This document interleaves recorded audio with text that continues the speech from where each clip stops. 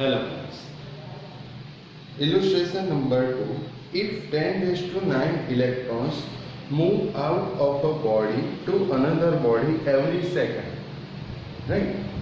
So, how much time is required to get a total charge of 1 coulomb on the other body, right? So here 10 raised to 9 electrons move out of a body to another body every second, right? So small n is equals to 10 raised to 9 per second, right? So here 10 raised to 9 electrons move per second to the another body. Now how much time is required to get? So we have to find out time to get a total charge of 1 coulomb on the other body. So total charge Q is equals to 1 coulomb, right? So here 10 raised to 9 electrons per second moves to another body, and we have to find out the time. Now here we know the total charge, so simple equation Q is equals to N E T, right? So T is equals to Q upon N, value of Q1 upon number of electrons per second 10 raised to 9, and E 1.6 into 10 raised to minus 19. Now if you calculate this, then you will get answer 0.6 into 10 raised to 10 seconds. 0.6 into 10 raised to 10 seconds, right? See once again, here 10 raised to 9 electrons move to another body per second. We have to find out the total time, right? So to find out the total time, we have to use the equation Q is equals to NET. Therefore T is equals to Q upon N. If we put the values of Q and NE, then we get total time 0.6 into 10 raised to 10 seconds, right? Now next example, illustration number 3. How much positive and negative charge is there in a cup of water? And here you have to add the mass of water in 1 cup is 250 gram. You have to add these things in your question, right? So how much positive and negative charge is there in a cup of water? So we have to find out the charge Q, right? Here the mass of water in 1 cup is given. Mass M is equals to 250 gram, right? Here water is given, right? So here we have to find out the charge Q. So simply we have to use the formula Q is equals to NE. But we know the value of E 1.6 into 10 raised to minus 19. But we have to find out the value of N, right? So to find out the value of N, here H2O is given, right? So here H2, so there are 2 hydrogen and 1 oxygen, right? Now here if there are 2 hydrogen and 1 oxygen, then the number of electron is, so here number of electron and proton is 2 into 1 plus 8. So total number of electron and proton 10. We have to find out the total charge, but here we have to find out the charge for mass 250 gram, right? Now we know that the molar mass of H2O is 18, right?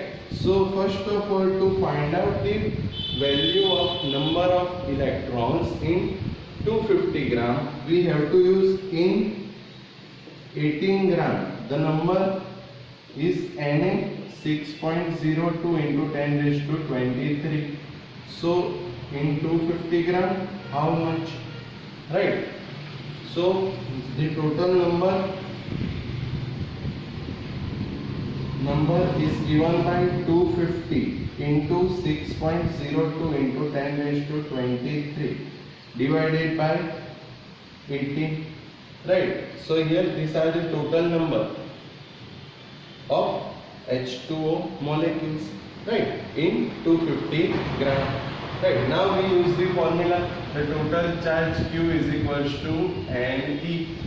Now number of electron and proton 10 into here number of electron in 250 gram is 250 into 6.02 into 10 raised to 23 divided by 18. So 250 into 6.02 into 10 raised to 23, value of E 1.6 into 10 raised to minus 90 divided by 18. Right, now if you calculate this, then you will get answer 1.3 into 10 raised to 7 coulomb.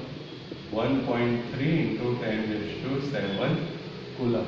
Right, again see here. Here in this question we have to find out the positive and negative charges in a cup of water, and here the mass is given 250 grams. So to find out the total charge, we know the equation Q is equals to N, but we have to find out the total number small n. Now to find out the total number, here in H2O the number of positive and negative charge like electron and proton is 10, right, because 2 plus 8 10. Now here numbers in 250 gram. So here in 18 gram total number is Avogadro number N is 6.02 into 10 raised to 23.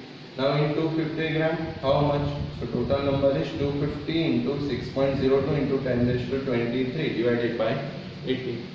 Now here we use the equation Q is equals to N 10 into 250 into 6.02 into 10 raised to 23. Value of E 1.6 into 10 raised to minus 90 divided by 18. So after calculating this, you will get charge 1.3 into 10 raised to 7 coulomb. Right. Now illustration number 4. Now here Coulomb's law for electrostatic force between two point charges and Newton's law for gravitational for the force between two stationary point mass. We know that, right, Coulomb force is between the two charges and gravitational force is between the masses. Now here both have inverse square dependence on the distance between charge or masses. Right, we know the equation. Right, Coulomb's law F is equals to K Q1 Q2 upon R square, and gravitational law F is equals to G M1 M2 upon R square. Right. So here A. Compare the strength of these forces by determining the ratio of their magnitudes, 1 for electron and proton and 2 for two protons. Right. So here we have to find out the ratio of Coulomb's force to the gravitational force for electron and proton and for two protons. And in second case, estimate the acceleration of electron and proton due to their electric force of their mutual attraction when they are 1 angstrom apart. Now we know that 1 angstrom is equals to 10 raised to minus 10 meter.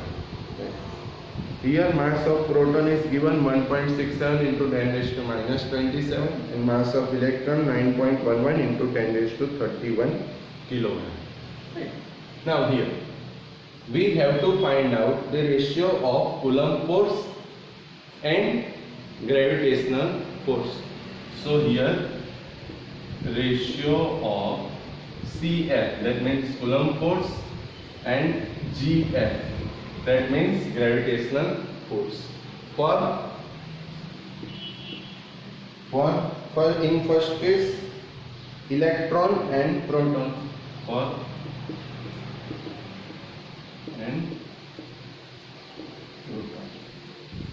Now here we have to find out the ratio of Coulomb force and gravitational force between electron and proton, and in next case we have to find out this ratio for two protons, right? Now first of all we have to find out the ratio of Coulomb force per gravitational force. So here we denoted Coulomb force by Fc and gravitational force by Fg. Now Coulomb force is K Q1, that means QE, that means charge of electron, and QP, charge of proton, upon R square, into Fg, Gme, that means mass of electron, Mp, mass of proton, upon R square. Here R square cancel, right? Therefore Fc upon Fg is equals to K QE QP upon Gme Mp, right? So here we have to find out the ratio of Coulomb force and gravitational force for electron and proton. So the formula is Fc upon Fg is equals to K QE QP upon Gme Mp, right? Now we put the value of K, the value of K is 9 into 10 raised to 9. Q and QP, mass, charge, the charge is 1.6 into 10 raised to minus 19 whole square, because the charges are same. G, 6.67 into 10 raised to minus 11. Mass of electron 9.1 into 10 raised to minus 31. Mass of proton 1.67 into 10 raised to minus 27. Right? Now if you calculate this, then you will get answer 2.27 into 10 raised to 39. Right? So this is the ratio of Coulomb force and gravitational force for electron and proton. Right? Now we have to find out this for proton and proton. So now for proton and proton. Now what happens? The formula is same, Fc upon Fg is equals to K same. Now proton, we have to find this ratio for proton and proton. So instead of QE we have to write QP. So QP into QP. So QP square upon G between two protons. So MP into MP. MP square, right? So the formula is like this, K QP square upon G MP square, right? Now value of K 9 into 10 raised to 9, value of QP 1.6 into 10 raised to minus 19 whole square, value of G 6.67 into 10 raised to minus 11, MP 1.67 into 10 raised to minus 27 whole square, right? Now if you calculate this, then you will get answer 1.23 into 10 raised to 36. 1.23 into 10 raised to 36, right? So this is the ratio of Coulomb force and gravitational force between electron and proton, and then for proton and proton. Now we have to find out the, in second case, estimate the acceleration of electron and proton due to the electrical force of their mutual attraction. Now we have to find out the acceleration. Now to find out the acceleration, we know the formula. We know that F is equals to ma. Right? Now to find out the acceleration, first of all we have to find out the force between this electron and proton, right? And here the distance between electron and proton is given 1 angstrom, right? So here like this,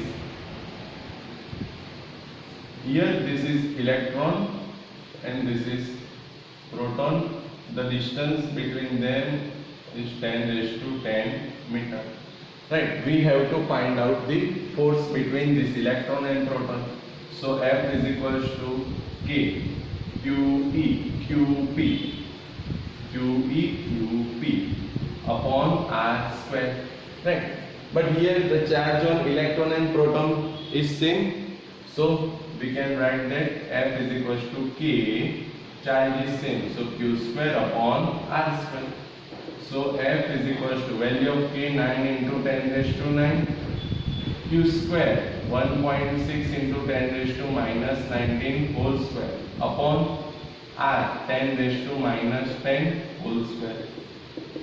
So if you calculate this, then you will get force F is equals to 2.3 into 10 raised to minus 8.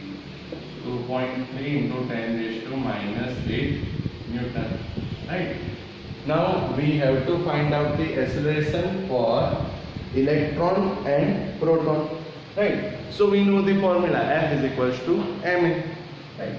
So the acceleration for proton, AP, that means acceleration of proton.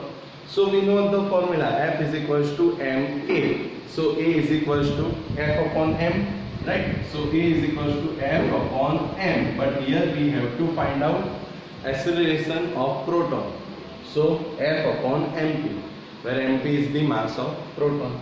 So here the force is 2.3 into 10 raised to minus 8 upon mass of proton 1.67 into 10 raised to minus 27. So after the calculation you will get AP is equals to 1.38 into 10 raised to 90 meter per second square. Right? So acceleration of proton is given by we can calculate this by using formula AP is equals to F by mp. Here mp is given. We have already calculated the value of force. So after putting the values of F and mp, we can get AP is equals to 1.3 into 10 raised to 90. Now acceleration of electron. Acceleration of electron is AE. So F upon me, right? Because here we have to find out the acceleration of electron. So acceleration of electron is equals to F upon me, where me is the mass of electron. So F, here we already calculated the value of F, 2.3 into 10 raised to minus 8 upon me, mass of electron 9.1 into 10 raised to minus 31. So if you calculate this, then you will get the acceleration of electron 2.5 into 10 raised to 22. 2.5 into 10 raised to 22 meter per second square. Right? So here in this example we have to find out the ratio of Coulomb force and gravitational force for electron and proton, and for proton and proton. Thereafter we have to find out the force between electron and proton, and after that we have to find out the acceleration for electron and acceleration of proton. Right? So here we know that the formula of Coulomb force and gravitational force, Fc upon Fg. Fc here between electron and proton, so K QE QP upon R square, and Fg G Me Mp upon R square. So we will get Fc upon Fg is equals to K QE QP upon G Me Mp. Right? So here we put the value of K QE QP G Me Mp. So after the calculation we get Fc upon Fg 2.27 into 10 raised to 37. Now for proton and proton, K instead of QE we have to write QP, because we have to find this ratio for proton and proton. So K QP square upon G MP square. So after putting the values of K, Q, P, MP and G, we will get the ratio for proton and proton. Now to find out the force between electron and proton, we simply use the formula F is equals to K QE QP upon R square. But here the charge of electron and proton are same, so K Q square upon R square. So we will get F is equals to 2.3 into 10 raised to minus 8. Now to find out the acceleration, we know the formula F is equals to ma. So for proton, At is equals to F upon mp, and for electron, Ae is equals to F upon ne. Okay.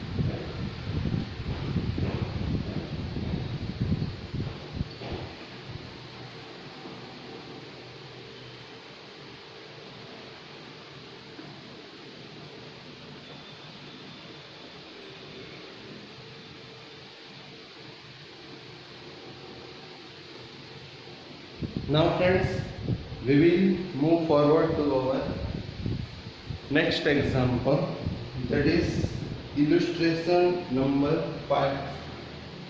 Right? So illustration number 5.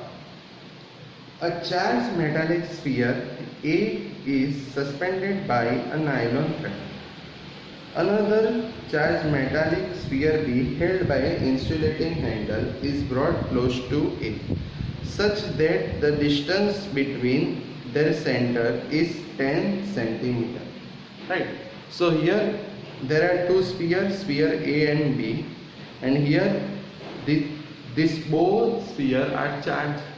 Right. And here the distance between A and B is given 10 centimeter. Right. So here A and B are charged and distance between them R is equals to 10 centimeter. Right. Now the resulting repulsion of A noted, sphere A and B touched by uncharged sphere C and D respectively.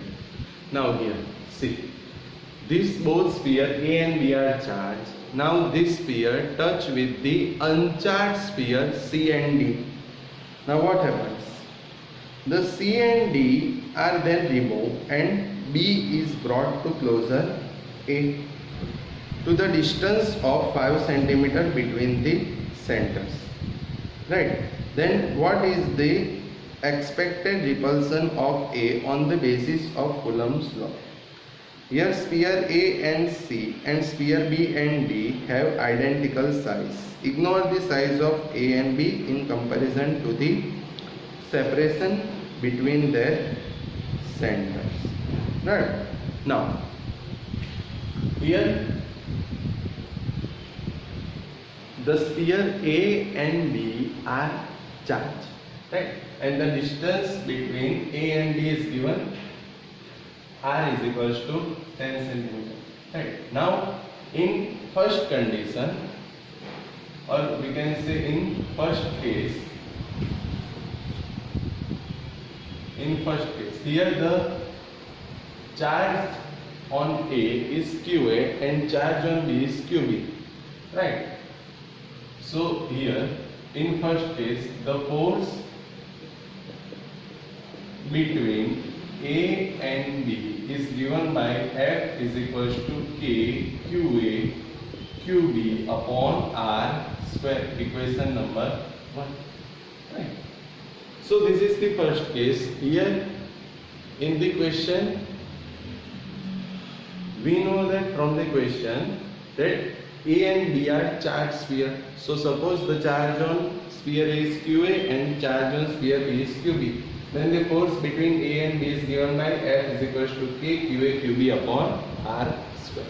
Now in second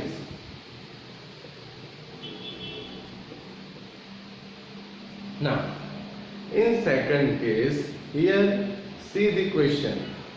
The sphere A and B touched by uncharged sphere C and D. Now suppose see here, this is the sphere A and this is sphere C. Here the charge on sphere A is QA and this is the uncharged sphere C, right? So here the net charge is 0. Now when A and C spheres are in contact, then we already know that the total charge is distributed, right? So here the total charge is QA, right?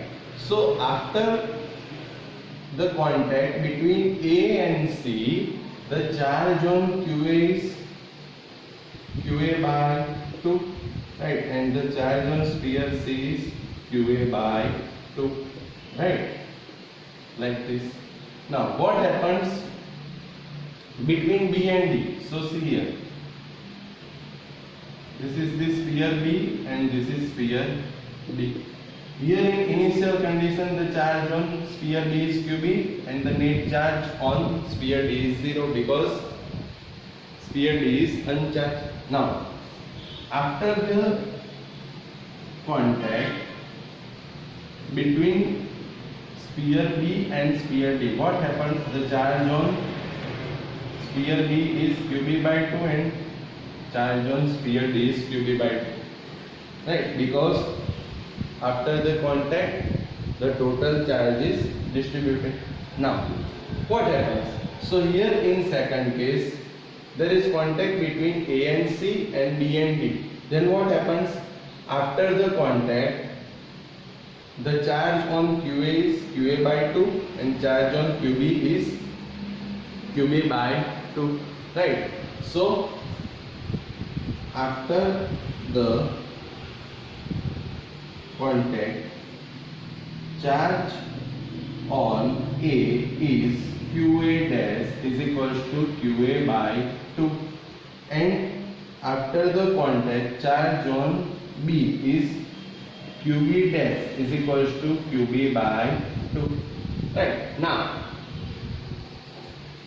after this process, here A and B are brought closer and the distance between them is 5 cm, right? So in third case A and B brought closer, so this is the sphere A and this is sphere B. Here the distance between this sphere R dash is equals to 5 cm, right? So here the charge on sphere A is QA by 2, charge on sphere B is QB by 2. Now here we have to find out the force between sphere A and sphere B, right? So here see, R is equals to 10 cm. So here we can say that R dash is equals to R by 2, right? 10 by 2. Then we will get 5. Now force between A and B, F dash is equals to K. QA, value of QA is QA by 2 and QB, charge on B is QB by 2 upon R square, but R dash square, right? So here F dash is equals to K QA QB by 4 and value of R dash is R by 2 whole square. So we will get K QA QB upon 4 R square by 4. So here 4 cancel. So we will get F dash is equals to K QA QB upon R square, right? But see here K QA QB upon R square is F, right? So from equation 1 we will get F dash is equals to F. So here after the contact between A and C and B and D, if we brought A and B at distance 5 cm, then the force remain same, right? Now for a question, શું કહે છે? Initial કન્ડિશનમાં sphere A અને B charge છે, એમની વચ્ચેનું distance આપ્યું છે 10 cm, right? So suppose the charge on sphere is QA, charge on sphere B is QB. Then force between them F is equals to K QA QB upon R square. Now હવે આગળ શું કહે છે આપણને? તો આગળ એવું કહે છે કે જે સ્ફિયર A અને B જે ચાર્જ છે એની નજીક તમે સ્ફિયર C અને D લાવો છો, પણ એ કેવા છે? અનચાર્જ. રાઈટ. અનચાર્જ એટલે મેં કીધું હતું પહેલા નેટ ચાર્જ 0. તો જ્યારે A અને C કોન્ટેક્ટમાં આવશે તો after contact the total charge is distributed, right? So charge on A and C is QA by 2 QA by 2, and after the contact between sphere B and D, the charge on sphere B and sphere D is QB by 2 QB by 2.